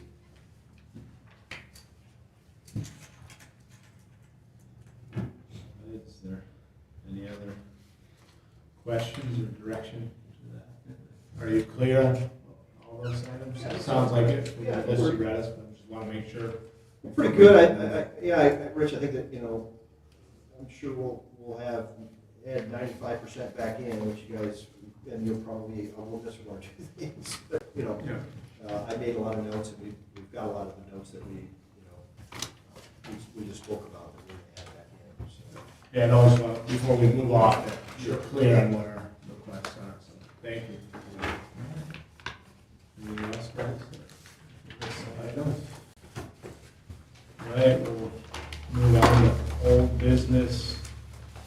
Item number 2. Some places we can start. What we have received from Zach on this was just a couple different examples of different communities and how they treat it. It's not meant that we're going to do either one or whatever, but it's just a conversation starter, I guess you would say. And Zach, I don't know if you have any comments or anything before we get started on this, but. Well, so I'll say that the one from Webster Township is really complex and no one really knows what it does. At its heart, though, it's an averaging thing, but it measures a weird way. It measures from the road to the back facade of adjacent properties, and that's how it sets your waterfront setback. That at heart, that's what it does. The one, it's real tricky. But it was designed for their very specific circumstances where there was kind of an established line of houses and they kind of wanted to maintain that as close as possible. So it works for what they're trying to do. But there are other ways you can do it. You can measure averages just linearly from the water, from the ordinary high water mark to the adjacent houses. So like a simpler version for that. The one in Dexter Township, I got to work at honing this approach in both Steuben County, Indiana, and Dexter Township in areas where there were lots and lots of lake houses, and including many that were platted in the 10s, 20s, and 30s. In some areas where people were building houses before there was a road. How you would do that, you'd wait till winter when we used to have ice and you'd schlep all the lumber across and you'd build your house. At its heart, the concept here is the main thing is what can you see when you're out on the back of your property looking towards a lake. And it uses this concept of a traverse line that goes from the farthest point of the two surrounding properties. And then it has a couple of variations of what if there's not one, what if there are two vacant lots. And it has what you do for there, it has what you do if there's a peninsula. A bit of an important refinement for the Dexter Township one is it has maximum and minimums. And in Dexter Township, we actually went and measured all of the lake houses around all the lakes, and we set different minimums and different maximums based on what the area had. Right? So you could have a basic minimum and a basic maximum that goes throughout the entire community, or you can fine tune it there. So the way that works is, by default, you draw that line there, and then you go look and see if I follow that line, am I closer to the water than what the minimum is? And if it is, then you have to go back to what the minimum is. So if someone built a house way back in the day that was right on the water's edge, it kind of catches that situation. Or if you've got a bay or some other concave situation like that. The other side it catches you is that if you draw that line and it's way the heck back from the lake because two folks built the houses right next to the road because they didn't want to shovel driveways or whatever, it says there's a maximum that you have to come back. So it kind of sets a range with the line in between. One of the things I heard at the last time is you guys wanted to have consistency between it. And with these parameters, it takes a bit of extra work because a surveyor has to go out there and measure these things on the neighboring properties, but it's predictable. You can always get the same answer with the same inputs to it. So that's nice. That's my basic introduction. So in your experience, what type of issues have arisen where communities do, hey, our minimum setback is 50 feet, and that's it. If you're past 50 feet, you can build. Have you had experience with, or issues arise or don't arise? Maybe I just... Yep, there were a couple of areas in the communities I worked in where there were houses that were long lots, but the houses were way back towards the street. And when it was just the 50-foot, people now want to get as close to the water as they can. And so those folks who had the decks and the views are now looking at a house that they didn't expect to have there. If there are new areas around water bodies that are being developed, just setting that minimum distance works nicely. But when there are already built artifacts there, it gets tricky. So, from the right to do something, I don't know what the context, like how much, I know our current ordinance has the minimum, right, and kind of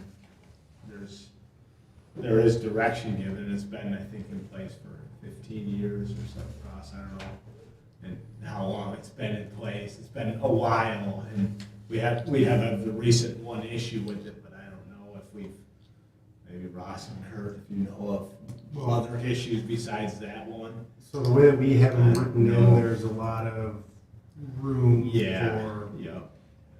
disagreement. As far as just how you go about evaluating it and how we've historically evaluated them. Because we don't have the specific formulas that some of these other examples may Yeah. have. That's the local issue that we have. We have some sightline regulations, but for lack of a better term, they could be considered half-baked. You know, the intent is there, but the mechanism to adequately or equally enforce was not.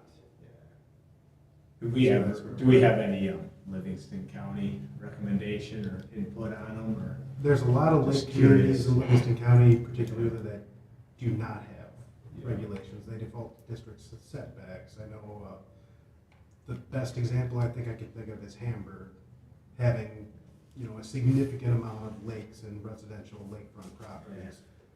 They said, we don't want to touch that.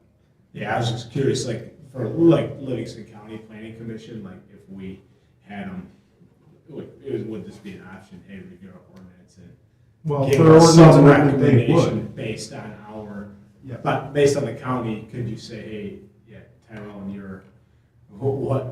here's where we see your. They review them weakest based on points. just sound planning practices. I'm sure they'll Yeah. take some local examples from the area to, you know, compare, but the reality is there isn't an abundance of these type of regulations within Livingston County. Yeah, so yeah. It's hard to predict what they're going to say. Yeah, As long as they 100%, would yeah. need to review it regardless. Yeah. But yeah, that's, Just different things I was thinking about when I was looking at these and. You know, one variation is you could stick with the front, the water body setback shall be 50 feet. You can also have, in addition to just, this is the number, you can fine tune it for different areas. So you can say around this lake, it's 80 feet, because we looked and all the houses are really far back. So that's kind of a simpler thing, but you can fine tune it to what's there, so people, they get what they expect, kind of when they look around. would we need to create like several overlay districts if we were to do something like that? Would that be the clean way to go, or would we just write it into the zoning ordinance and basically say this is what it is? There are a couple of paths. If the only thing that's different is that water body setback, it could be a little bit simpler, but if you do other things like other different setbacks, then it gets trickier and more complex. It could be as simple as, by default, the waterfront setback is 50 feet from the ordinary high water mark, except as noted below. And then along this lake, it's this. Along this lake, it's this. So kind of like we have for increased setbacks, for example, at Fawcett and Old 23.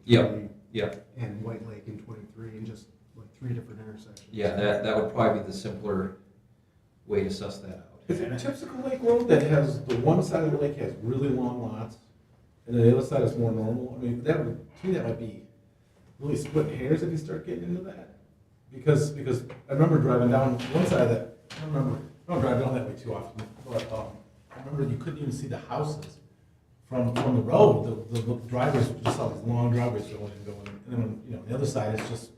Well, we have examples like that just like along Runyon Lake. Yeah. If you look at the east side, you know, some of those properties, they're extremely long. You can't see anything where the houses are built back. They may have a garage up front by the road, but you go to the other side, much smaller lots and Yeah, totally different environment. Right on. So within one lake, are you gonna have some overlays within one lake? It just seems like you're gonna really get in the woods here.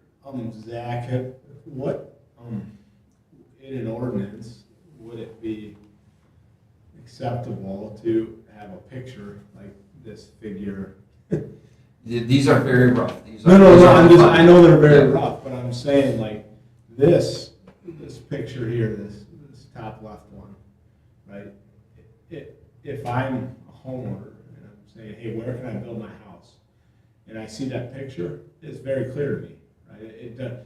But if I read 30 paragraphs of language that tells how we're gonna get to this number, it's not very clear, right? Or this is clear, and as well as 50 feet is, right? Hey, I know what 50 feet is, I can measure, and I'm generally there. So that to me is like, so the 50 feet maybe is oversimplifying it because of the situation we have with our lakes, they're all developed, right? And they're all we have the potential, if you do that, where you could have a large number of residents who are very upset. Not saying that we can't do it, but I'm just thinking out loud here, where if we had an ordinance that had a picture like this, is it that simple? I don't We know. do have a picture like this, but it basically goes on to say that you have a wavy shoreline and you have two houses, Yeah. and it describes, it shall be at or behind this imaginary dotted line. But then we also have the issue when it comes to the footnote where it says, if a cove or peninsula exists, then the planning commission can basically decide. And that how we no longer- what are my thoughts are going with Ross on that, because, I was involved and Kurt was with those ones, is that part, maybe we don't have in our ordinance, but we just have a simple picture, and you have two neighboring properties, and there's a line there, right? And then, but obviously it does, there's always But potential. then it we comes know into the for cove or something- peninsula or vegetation and things like that aren't necessarily addressed. Yeah. That's the issue that we have, because in a perfect world, if the shoreline was just straight across, then there would be no question about it. But when it comes to elevations, topography, natural features, that's where the view comes into play. Where Yeah. it can't be a simple picture. But like, so in this picture here, if this is the point, right, and you have a home and there's a home back here, then your line would automatically, it would put you back further to a reasonable spot, and the challenge is how much right does your neighbor have to limit where you can build? Right, and obviously we try to plan for that, that's the challenge we're all faced with right now, but that's where I kind of keep going back to these simple pictures where if you don't know anything about zoning ordinance, you know what the picture tells you, and it seemed like when we went through the few that we did back then, that we kind of always ended up drawing a picture like this in our meeting.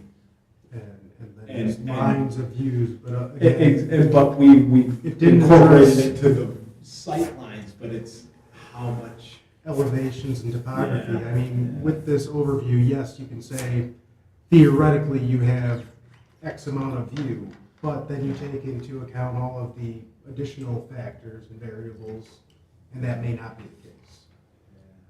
And, Well, and you also have places like Marl Lake, where part of it's in Genesee County and part of it's in Tyrone Township. Well, same thing with Lake Tyrone and Yeah. Lake Shannon. Yeah.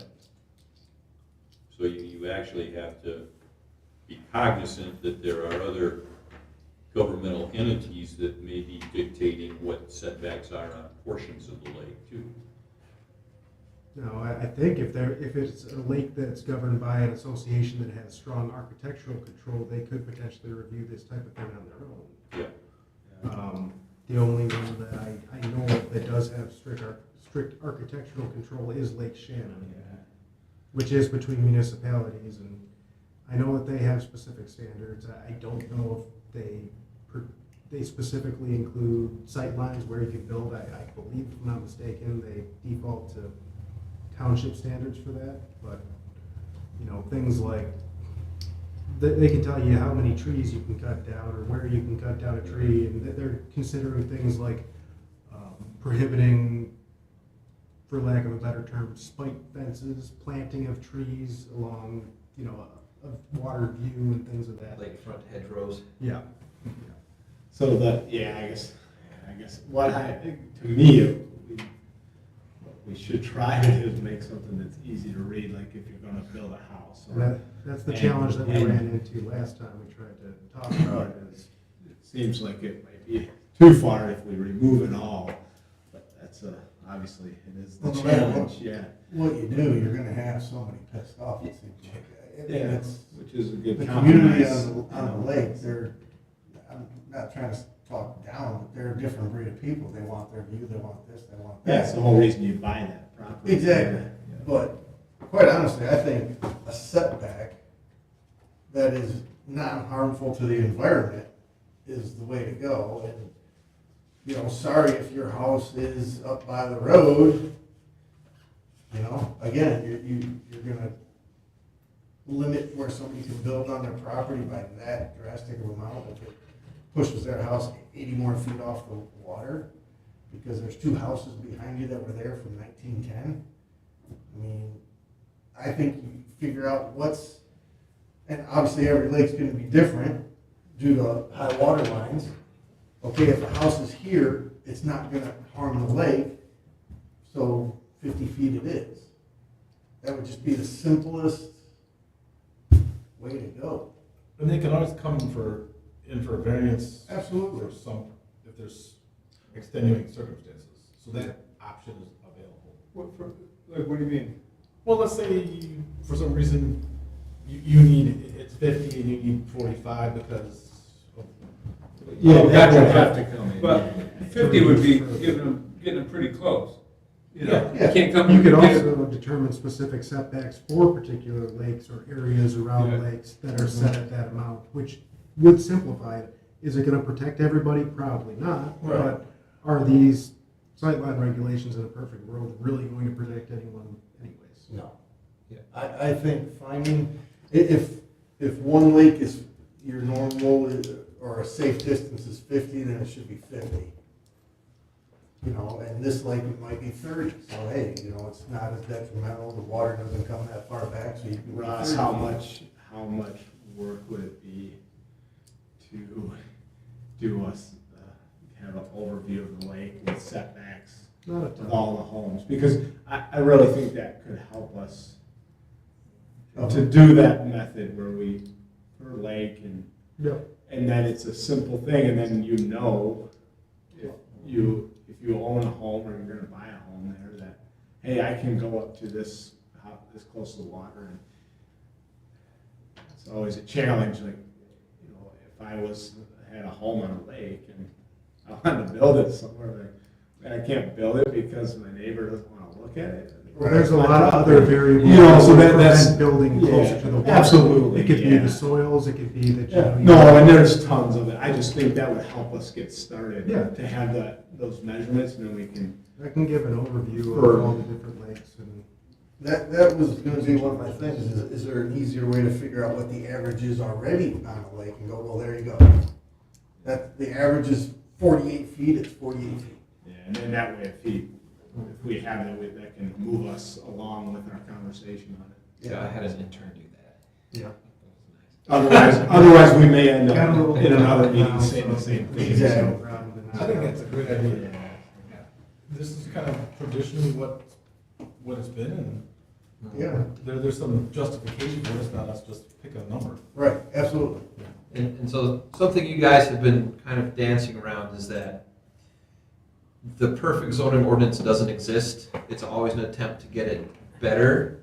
And as someone mentioned, the people are going to be upset. One of the jokes in planning is that you've done your job perfectly if everyone is equally upset with you. You put that peg right in the middle. But there's a balance between simplicity and fine tuning, and there are trade-offs and benefits for both approaches. Remember, you're trying to get it better. It's very difficult to get it perfect. And some lakes, so I guess the bigger picture is that zoning is kind of a pact that we make with each other. That I'm giving up some of the bundles of rights to do things on my property so that you won't be able to do those too. And so some lake communities, the view may be super important, like Lake Michigan, that view shed is why you're there. So in those cases, the expectation may be that view is super important versus other areas where it may not be as important and you're able to be more simple. So you guys are dancing around it. I kind of wanted to put the pin in it to help you with that. So as a starting point, if you'd like me to kind of evaluate these, I might be ultra simplifying, but do you want me to start by breaking it down into like quarter sections? Basically create an X in the middle of each lake and say this area is That, this average? I this think that area would is be this the average? most valuable, because then those lakes that you mentioned, Ross, that have different There's a- townships, then we can see the difference between the township, right? And we can say, hey, we're very aggressive in protecting our sightlines compared to these other townships, or Well, it maybe not, also- I don't know. So that would show us that clearly. Yeah. And we'd be able to see it in front of us and say, hey, Heartland Township down here is, every home's at 50 feet, and then at the north end of the Yeah, lake, they they're don't all at regulate. 150, you know? They don't So- regulate it, Deerfield doesn't regulate it, Yeah. basically all of our shared lakes, they don't. We'll say a fun thing when I was in Steuben County, we had 2 lakes that went into Michigan. And you could walk out there and see where the state line was. In Indiana, they were as close to the water as possible, but in Michigan, there were trees between the houses and the lake. It was weird, you could point to it. There's the state line. Well, you know, if we're trying to do one size fits all, that's like buying everybody a size 9 shoe. I hope you like it. It's gonna hurt. Somebody's gonna be flopping around in it, and somebody won't be able to get I their think foot in. everybody should get a size one. If you're gonna do that, Ross, I think the quarter, divided. At least as a starting Even point. within our township, it just, if there's variation in the topography or the lots around it, like, I think. I can try to evaluate that. too. Granular I can analysis, look at I'm all elevations. about that, Okay. if you're gonna do it anyways. I'll try to include as much detail as possible as far as noting points of elevation and anomalies from coves and peninsulas and that sort of thing. At least give us a good starting point. Anything else on sightlines for now? I think if we get that, then it'll be a good Yeah. start for the next conversation. You don't have anything, Ross, for us on sightlines, and we can go on. I think we're good on that. Okay, so, new business, there is none unless you have something, Ross, that we're not aware of right now. Is there a point, I would like to discuss not taking any more, or maybe make a motion to not take any more caretaker applications until we have our, That's gonna require board action. okay. Gotta be a moratorium that they need to put on And it, then, which, I don't know, Kurt, did you wanna communicate that to the board? Do you want me to? Do we want what? Do we wanna mention to the board that proposal, or I think that we would kinda, well, I don't know what the best way to initiate this. Well, I think we can say it's withdrawn. Well, it is. No, within- we're not saying no, Right. not accept any more applications. Right. Or we can put on the agenda to work on it next time and just. I don't know if we can say that we won't accept applications, because So they can that, demonstrate that there's an urgent need to do. Yeah, something, because, I mean, that is- but I don't know if they can demonstrate. that was a petition-driven law that, So we'd have to, I want to hear from Chuck first on that one before we could. what I've been That way told, we know. in Michigan, it's not really clear the ability to do moratoriums on accepting stuff. Some states actually have it written in, like, here are the cases where you can do it, which is really nice. What I've heard from some attorneys, but check with yours, is that, you know, if you need time to get something sorted out, or you know something's wrong, or there's something new, you can make the case that it's important for the public health, safety, and welfare. Because especially with zoning, once something's there, it's there. That's where I was going. The other thing that attorneys have said that you want a moratorium to be short and tight, with the idea that, like, 6 months. So the reason why they want it 6 months or less is that if someone's gonna challenge you, the moratorium's gonna be finished before they have their day in court, so they're not gonna challenge it. Right. I have actually written some language for zoning ordinances that have some moratorium language in it, just so you can peg your head onto it. But it's the gray area in planning and zoning. so, When do we plan to discuss it? well, I don't think, Chet brought it up now, Yeah. for new business, so we can As far as discuss it now as a potential- planning commission, and we can, Are we talking about the moratorium aspect? or No, the just amendment? revising the zoning ordinance for potentially. We could tack it on to the next workshop if that's what you want to do, next Wednesday. I'm just saying, if it, you know, if we're talking about a moratorium, it's a hot issue then, right? Well, I So want I to, think we should. yeah, I want us to be able to go, okay, if we're going to have a caretaker facility, it needs to be in this area. That way it gives us time to put that in either the master plan or put an ordinance out and go, okay. That way we don't have this fiasco where we Not some have, residential district, you want to right, get get it it out away. or something. Exactly. I don't, you know. Okay, so for that aspect, I'll probably need to wait until early as next week to get authorization to consult with the attorney to get Okay. their opinion on it, but if that's something you wanna do, I definitely. So, yeah, Discuss it with yeah, the oh, officers on- so would Before you, we would vote on something like that, you would need to get checked with Vidman's, Yeah, but I would need authorization from at least the officers, and Yeah. right Okay. now it's kind of a Yeah. tough time. so Steve, do you agree with that, Kurt? To have them do, okay. I just wanna make sure all of us are in favor of having Ross look into that. Yeah, I That way just it's think- not, Very good suggestion. because we don't wanna Catch it have now before something comes in. Absolutely. one person asking for something from the planning commission, but I just wanna make sure all of us are in agreement with that we would have Ross inquire about that. Yeah, and I think we should put on the next agenda to revise the ordinance. We could do that regardless of Yeah. what the outcome of that is. Yeah, I think we should. Once you talk to Chuck, right? No, we can that- still we could do discuss that the regardless. revision of the ordinance. No, discuss it, but where's you gonna? So there's two separate issues. Yeah, There's the you got moratorium moratorium on one question, side. and then there's the actual amendments, which I Yeah. think everyone's on the same page that if there is a way to tighten them up, we Yeah. should. Yeah, if we weren't too far behind on that, because the other Byron one was just last year, Yep. Yeah. so, I mean, That could be a pretty quick and easy. How long is the process to amend the ordinance? Well, We've we done did that, that, we did public that. hearing, but if we got kind of draft put together,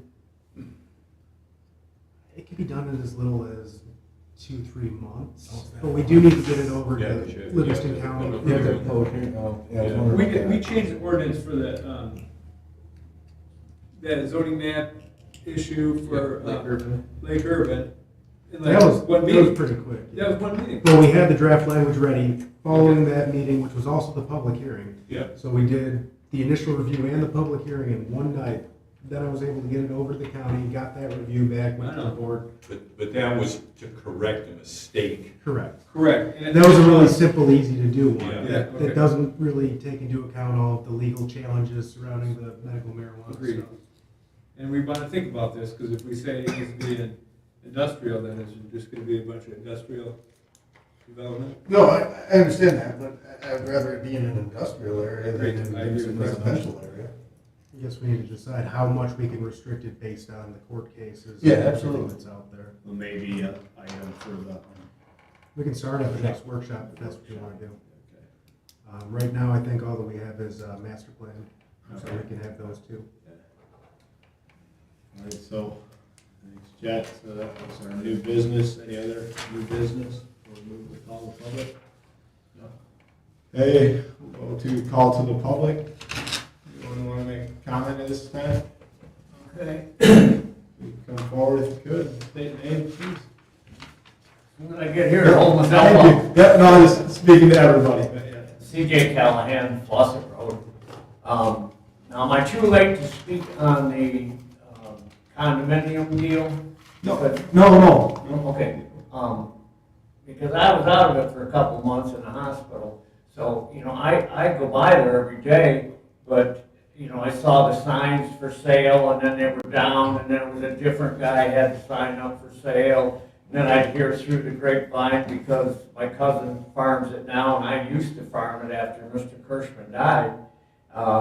You know, that there was some hiccups on the sale and stuff. So I don't know if this guy that's here tonight is the guy that actually was involved through that whole thing, or if there were different people involved.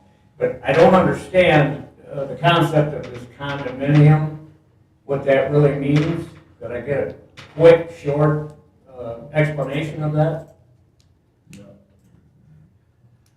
So the quick version is instead of renting the spaces, people will actually own them.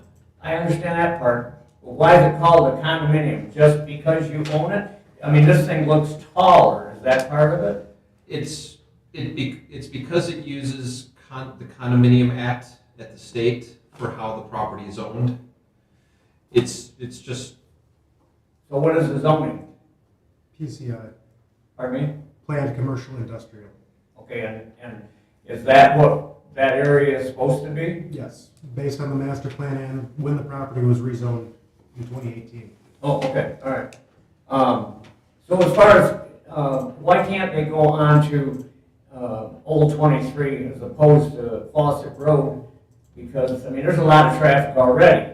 My understanding is more or less a road commission issue. That's where they approved the approach. That's where they wanted it. They did not want it on Old 23 due to traffic concerns, and they're the experts on that. Yeah, but I mean, if we end up with a mess like Clyde Road in the morning, it's gonna be bad news. Yeah, I mean, if it was a different type of development, but this all needs to be evaluated by the township engineer and reevaluated by the road commission based on the latest proposal. So they're gonna take a look at, well, this is a condominium where X amount of people own X amount of units, and then they're going to project how much traffic is anticipated based on that. And I'm assuming, I guess, as I think about it, people as a rule won't be there during the time that you're going to work. It's all part of the review process as far as hours that you would be able to access. That would be written into the condominium documents. Now, the other thing that I didn't understand was, you know, that property, you know, has a lot of fall to it. Why didn't they want something more level that where you maybe could have bought back north on Old 23? Is it a price issue, you think, or? That I have no idea. Okay, this but I property mean- was available. Yeah, the property was available, Yeah, and they there were was a rezoned. master Yeah, right. plan for that type of zoning, and it was rezoned to that district that would allow for this. Okay, it just seems like a lot of extra work for them, but when you talk about no wetlands, I mean, you got the Fort Creek going right through there, and at the end of that field, we're never able to farm it. I couldn't give you, I won't lie to you, accurate setback on how far we never plowed because it's just too wet, you know? So I don't know, is that where they're putting in retention ponds? Okay. Now, can I ask about the marijuana thing at the same time? Yeah, it's your public comment. Okay, but I didn't know it was new and old business, okay? So where are we at on that? So we received a phone call indicating that the applicant wanted to withdraw. I have requested that they provide something in writing to make it official. So I don't know officially, but based on the phone conversation, it strongly implied that they would like to withdraw their application. Before we actually refund any escrow, we just want to have that in writing to confirm. Right. But at this time, we have verbal confirmation, not written. Yeah, and I'm hip to that, that makes sense. But is there something else they can do that maybe, you know, they got an ace in their pocket or something that, you know? If they want to withdraw, then they're withdrawing their application. They would need to reapply for that to be considered. And the only thing that could be considered under our ordinance is the Medical Marijuana Act with caregiver grow, which they previously applied for. So theoretically, they could withdraw and resubmit their application, but we don't know exactly what their reasoning for withdrawing was in the first place. One would expect that it's due to a number of complications. I mean, there has to be a reason why they're withdrawing. Well, 100 grand into that barn that I helped build that was wore out when we put it up. It's very possible that the building department wouldn't issue approvals. I don't have anything definitive, but that's what I would guess. Okay. Well, that's all I can think of, it's getting late. Thank you. Yep, thank you. Any other public comment? In the room or online? We're loving that. See any? All right, we'll go to miscellaneous business for the next workshop meeting, 16th. 6 o'clock? 6 o'clock. And then we'll, So just to confirm, we have master plan and we have Caregiver. caregiver. If I'm able to get sightline information prepared by then, which I can't guarantee, do we want to include that if possible, or? if you haven't, we could and at least look at I'm it. not gonna guarantee. Yeah. Quick look at it. I still need to get through some zoning map, so. It also could be good if we were to look at ourselves for a few But weeks. if it takes you 9 days to find that stuff, it's good too. So we'll at least at this time, just keep with master plan, which I'm sure there'll be some pretty good discussion on as well as caregiver. If I could add just one thing real quick, I'd be more than willing to volunteer my time free with the marijuana issue, you know. I lost my son because of the drugs, and I never even knew he did stuff, you know. I never knew he drank anything. And that's how I met Bob Bazat, and that about killed me, losing my son. And that was in 2005. And so anything I could do to help with that, I would be objective, but I'd be willing to help if you guys are interested. Thank you.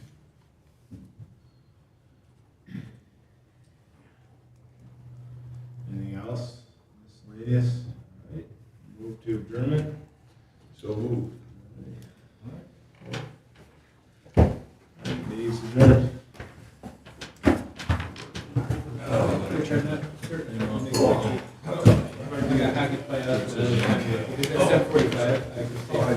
Sad bit, we went around it, different property, how big it was, how wide it was, setbacks were from the street, from the sides, water, and what the lot coverage was with impervious coverage, all. And we're like, ooh, here are really 6 different areas, depending on when we're developing or we're in topography. And so we're like, okay, we're gonna do 6 different lake residential areas, which was really painful because you don't want more colors on the map, but it just didn't. They ended up adopting it just one lake district. Like, boom.